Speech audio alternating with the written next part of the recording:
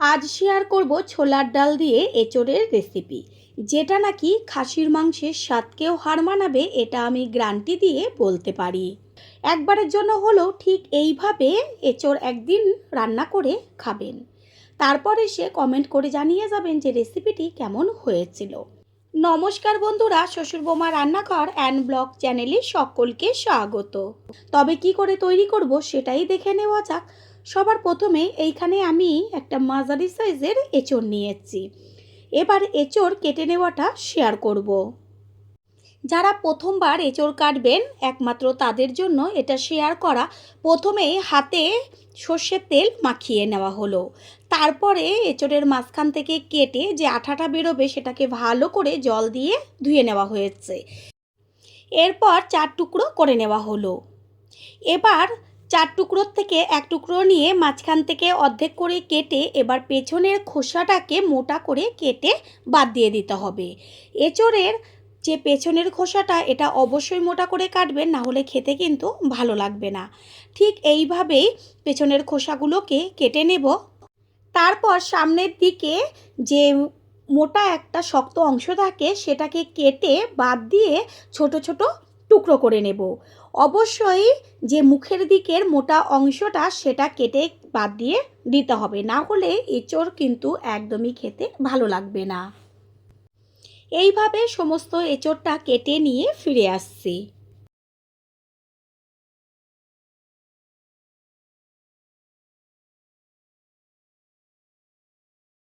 সম্পূর্ণ এঁচোড়টা কেটে নেওয়া হয়ে গেছে, জলে ভিজিয়ে রেখেছি, আর এটাকে 2-3 বার ধুয়ে ফিরে আসছি।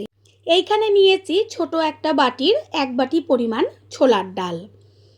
ছোলার ডালটাকে জল দিয়ে 5 থেকে 6 বার ধুয়ে রেখেছি। এবার একটা প্রেসার কুকারের মধ্যে ধুয়ে নেওয়া সম্পূর্ণ এঁচোড়টা দিয়ে দেব।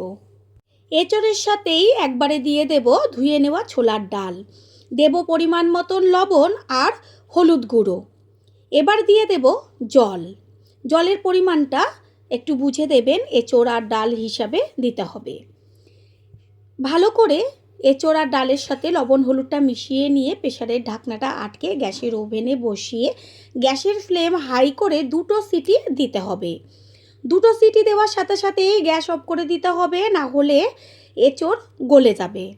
আর একটা কথা, অবশ্যই এঁচোড় সিদ্ধর সময় ছোলার ডালটা দিয়ে দেবেন, না হলে কষানোর সময় যদি ডালটা দেওয়া হয় তাহলে অনেকটা সময় লাগবে ছোলার ডাল সিদ্ধ হতে, ততক্ষণে এঁচোড়টা গলে যাবে।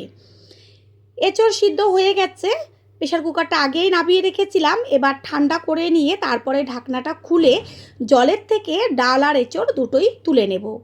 এঁচোড় নরম হয়েছে, তবে এমনভাবে সিদ্ধ করতে হবে যেন গলে না যায়। প্রেসার কুকারের থেকে সমস্ত ডাল আর এঁচোড়টা একটা পাত্রে তুলে নিয়েছি। এখানে কিন্তু জলটা একদমই তুলিনি। এরপর গ্যাসের ওভেনে কড়াইটা বসিয়ে গ্যাসের ফ্লেম লোতে করে দিয়ে দেব 1 চা চামচ গোটা ধনে, 1 চা চামচ সাদা জিরে, দেব 1 চা চামচ মৌরি, আর দেব একটা তেজপাতা। এইভাবে মশলাটা শুকনো খোলায় ভেজে নিলে এত সুন্দর একটা গন্ধ আসে। এটা ভাজা হতে থাক, এদিকে আমি ছোলার ডাল আর এঁচোড়টা আলাদা আলাদা বেছে রেখেছি। মশলাটা এমনভাবে ভাজতে হবে যেন বেশি লাল না হয়ে যায় বা পুড়ে না যায়, তাহলে যে সুগন্ধটা সেটা নষ্ট হয়ে যাবে। ভাজাটা হয়ে গেছে, কড়াই থেকে তুলে একটা পাত্রে ঢেলে নেব। তারপর ঠান্ডা করে এটাকে গুঁড়ো করে নেব। আর ওই কড়াই গ্যাসের ওভেনে বসিয়ে তাতে দিয়ে দেব সর্ষের তেল। তেল গরম হয়ে গেছে, গ্যাসের ফ্লেম লোতে রেখে দিয়ে দিচ্ছি 1/2 চা চামচ পরিমাণ লবণ। তেলের মধ্যে লবণটা দিলে কি হবে, এখন আমি বেশ ডুমুডুমু করে কেটে রেখেছিলাম আলুগুলোকে তেলের মধ্যে দিয়ে দিলাম। লবণ ছাড়া যদি তেলের মধ্যে আলুগুলো দেওয়া হতো তাহলে তেলটা চারদিকে ছিটতো। লবণ দেওয়াতে আর তেল চারদিকে ছিটবে না, আলুটা খুব সুন্দরভাবে ভাজা হয়ে যাবে। কালারের জন্য দিয়ে দেওয়া হচ্ছে হলুদ গুঁড়ো। হলুদটাকে মিশিয়ে নিয়ে এবার আলুটা ভাজা অবধি রান্না করে নেব। আলু প্রায় অর্ধেক সিদ্ধ হয়ে গেছে। এই পর্যায়ে এর মধ্যে দিয়ে দেব ওই যে সিদ্ধ করে রেখেছিলাম এঁচোড়গুলো, সেই এঁচোড়। গ্যাসের ফ্লেম হাই টু মিডিয়াম করে এবার এঁচোড় আর আলু একসাথে ভেজে নেব। এঁচোড়টাকে এমনভাবে ভাজতে হবে যেন বেশ এঁচোড়টা লাল লাল হয়ে যায় আর খুব সুন্দর লাগবে এতে খেতে। মশলাটা এদিকে ঠান্ডা হয়ে গেছে, এবার এটাকে গুঁড়ো করে নেব। এদিকে এঁচোড়ও অর্ধেকের বেশি ভাজা হয়ে গেছে, বেশ এঁচোড়ের গায়ে সুন্দর একটা কালার এসছে।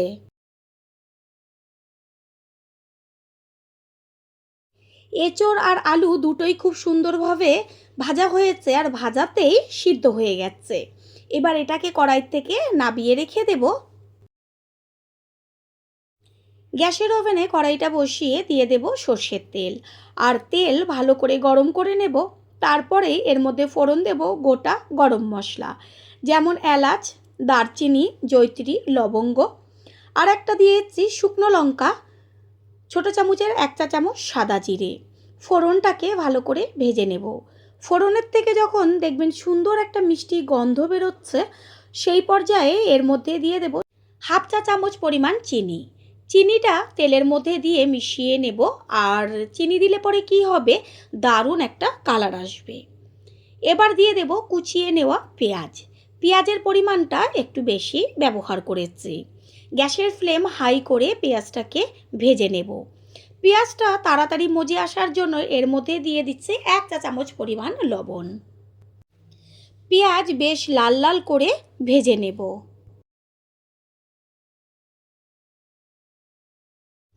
পেঁয়াজ লাল লাল হয়ে গেছে ভাজাটা।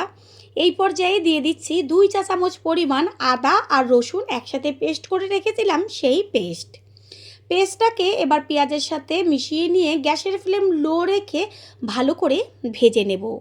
বেশ যেন ভাজাটা লাল লাল হয় আর সুন্দর একটা গন্ধ বেরোয়। তারপরেই দিয়ে দেব ঝালের জন্য চিড়ে নেওয়া কাঁচা লঙ্কা।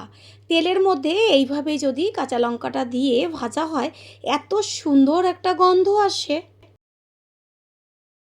আদা, রসুন আর কাঁচা লঙ্কার সুন্দর একটা ভাজা গন্ধ বেরোচ্ছে। এই পর্যায়ে এর মধ্যে দিয়ে দেওয়া হলো পেস্ট করে নেওয়া টমেটো আর কাশ্মীরি লঙ্কার গুঁড়ো 1/2 চা চামচ পরিমাণ।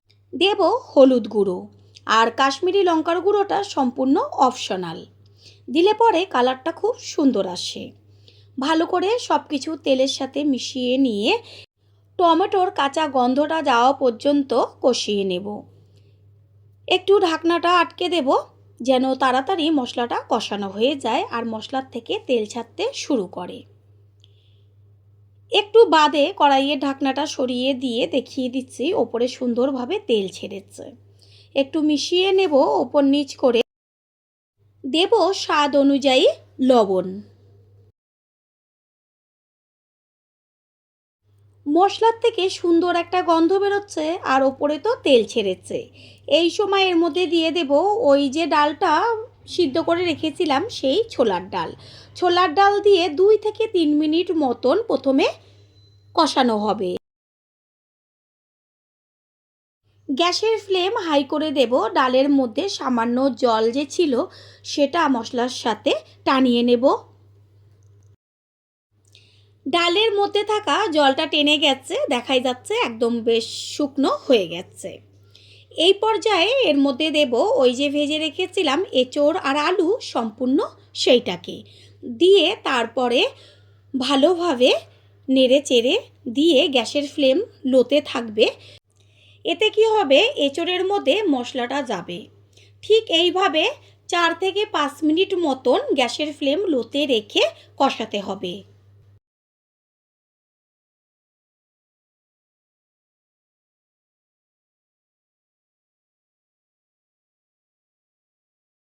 এঁচোড় আর আলু খুব সুন্দরভাবে কষিয়ে নেওয়া হয়ে গেছে। গ্যাসের ফ্লেম হাই করে দিয়ে দিয়েছি উষ্ণ গরম জল, আর জলের পরিমাণটা একটু বেশি দিতে হবে। বেশ এটা খেয়াল রাখতে হবে যেন এঁচোড়টা একদম শুকনো না হয়ে যায়, সামান্য একটু গ্রেভি থাকবে, এটাতেই খেতে বেশি টেস্টি লাগবে।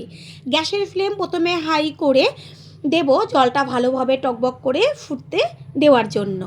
আর একটু লবণের প্রয়োজন চেক করে নিয়েছি, সেই কারণে আর একটু লবণ দেওয়া হলো। লবণটাকে মিশিয়ে নিয়ে এবার একটা ঢাকনা চাপা দিয়ে দেব। প্রথমবার যারা আমাদের চ্যানেল ভিজিট করছেন তাদের আন্তরিক শুভেচ্ছা ও অনেক ভালোবাসা। আমাদের রেসিপিগুলো যদি ভালো লেগে থাকে সাবস্ক্রাইব করে দেওয়ার অনুরোধ রইল ও পাশে থাকা বেল আইকনে ক্লিক করলে পরবর্তী ভিডিওগুলো সবার আগে আপনাদের কাছে পৌঁছে যাবে। প্রায় 10 মিনিট মতন ঠিক এইভাবে গ্যাসের ফ্লেম লো রেখে হতে দিতে হবে। তারপর ঢাকনাটা সরিয়ে দিয়ে সম্পূর্ণ লুকটা দেখিয়ে দিচ্ছি। আমি চেক করে দেখিয়ে দেব যে ডালটা কেমন পর্যায়ে রাখতে হবে। ডালটা এমনভাবে সিদ্ধ করতে হবে যেন সব ডাল এই যে গোটা গোটা রয়েছে, তবে ভেতরটা একদম নরম হয়ে যাবে। ঠিক এইভাবে ডালটাকে তৈরি করলে খেতে খুব ভালো লাগবে। খেয়াল রাখবেন ডাল যেন গলে না যায়, তাহলে এঁচোড়ের যে টেস্টটা সেটা পাওয়া যাবে না। এবার এঁচোড়ের মধ্যে দিয়ে দেব ওই যে শুকনো খোলায় মশলাটা ভাজা করে রেখেছিলাম, সেটাকে গুঁড়ো করে নিয়েছি, সেই সম্পূর্ণ মশলাটাই দিয়ে দেব। মশলার পরিমাণটা একটু বেশি হলে কোনো সমস্যা নেই, তাতে আরও ভালো হবে, সুন্দর গন্ধ বেরোচ্ছে। সম্পূর্ণ মশলাটা এর সাথে মিশিয়ে নিয়ে আবারও একটু ঢাকনাটা চাপা দিয়ে দেব।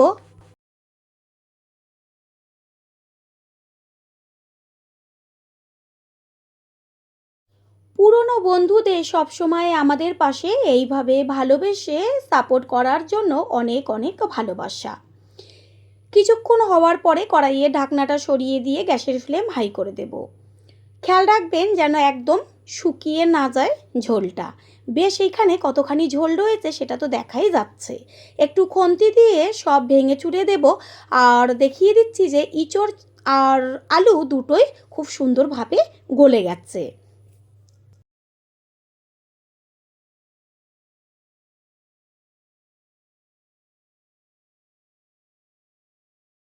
রেসিপি তৈরি হয়ে গেছে। শেষ পর্যায়ে দিয়ে দিচ্ছি 1 চা চামচ পরিমাণ গরম মশলার গুঁড়ো আর ব্যালেন্সটা ঠিক রাখার জন্য 1/2 চা চামচ পরিমাণ চিনি।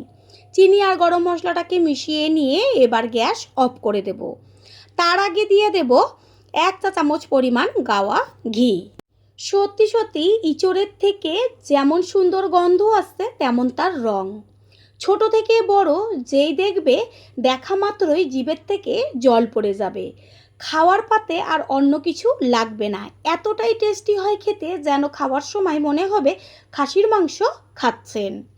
সব শেষে দিয়ে দিচ্ছি কুচিয়ে নেওয়া ধনেপাতা। গ্যাসটা অফ করে দিয়েছি আর ধনেপাতাটা দিয়েই এবার ঢাকনাটা চাপা দিয়ে দেব। এইভাবে 5 থেকে 7 মিনিট মতন রেস্টে রাখতে হবে। 5-7 মিনিট বাদে কড়াইয়ে ঢাকনাটা সরিয়ে দিয়ে সম্পূর্ণ লুকটা দেখিয়ে দিচ্ছি। কতখানি ঝোল রেখেছিলাম আর ঠান্ডা হয়ে যাওয়ার পরে ঝোলটা টেনে গেছে। বেশ এরকম পর্যায়ে খেতে দুর্দান্ত লাগবে। এবার একটা পাত্রে তুলে নেব। তৈরি হয়ে গেল ছোলার ডাল দিয়ে এঁচোড়ের রেসিপি। আশা করি রেসিপিটি ভালো লাগলো, আর যদি ভালো লেগে থাকে একটা লাইক, কমেন্ট, পারলে একটা শেয়ার করে অবশ্যই জানাবেন। আপনাদের দেওয়া একটা লাইক ও লাইকের পাশে থাকা হাইপ আর একটা শেয়ার আমাদের কাছে অনেক অনেক গুরুত্বপূর্ণ। All friend, thanks for watching my video. আপনারা সকলে ভালো থাকবেন, সুস্থ থাকবেন। আবারও দেখা হবে অন্য কোনো রেসিপির এপিসোডে।